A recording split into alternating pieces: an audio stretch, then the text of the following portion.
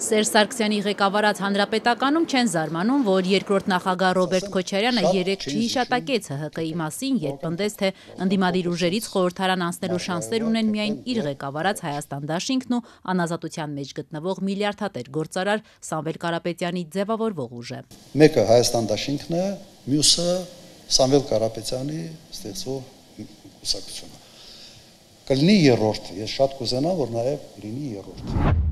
Զարմանալի կլիներ, որ նախագահ Քոչարյանը սկսեր քարոզել հանրապետականի հետ կապված։ Իսկ ինչու Քոչարյանը չհիշեց Սերժ Սարգսյանին եւ նրա առաջնորդած ուժին։ Հանրապետականի խորհրդարանական խմբակցության ղեկավար Հայկ Մամիջանյանի համոզմամբ Ռոբերտ Քոչարյանի այս հայտարարության պատճառն այն է, որ ՀՀԿ-ն այս պահին չի զբաղվում ընտրությունների նախապատրաստական աշխատանքներով։ Իրենց օրակարգում նման հարց չկա, նույնիսկ քննարկում էլ չի եղել, քանի որ ՀՀԿ-ի համոզմամբ իշխանափոխության պետք է հասնել մինչև 2026-ի ամռանը կայանալիք ընտրությունները։ Իդեպ երրորդ նախագահ Սերժ Սարգսյանը Քոչարյանի ասուլիսից ժամեր անց հայտարարեց, իրենք այլ գործով են զբաղված, հաջողություն մաղթելով ընտրություններին մասնակցելու որոշում կայացրած ուժերին։ Մենք որոշում չունենք, մենք զբաղված ենք այլ գործով,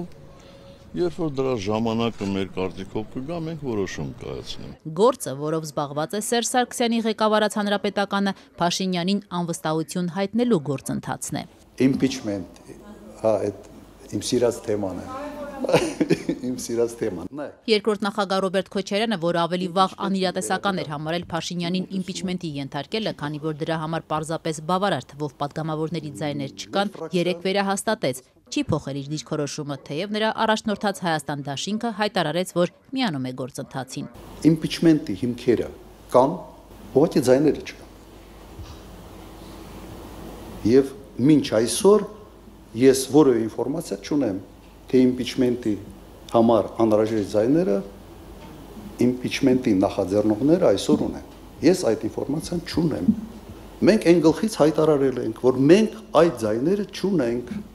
Դրա համար ավելացնելու բան ոչինչ չունեմ։ Սպասում ենք։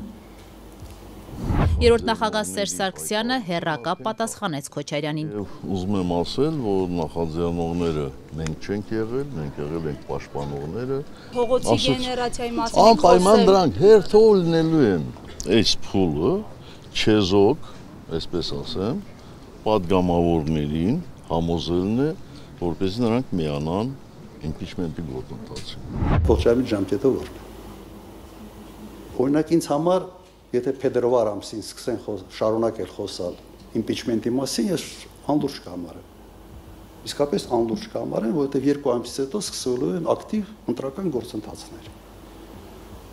Օրինակ ինձ համար ողջամիտ ժամկետը մինչև այս տարվա վերջն է։ Հայաստանի Հանրապետական կուսակցության եւ Հայաստանի Հանրապետական կուսակցության պարլամենտական խմբակցության վրա ժամկետ ոչ մեկ դնել չի կարող։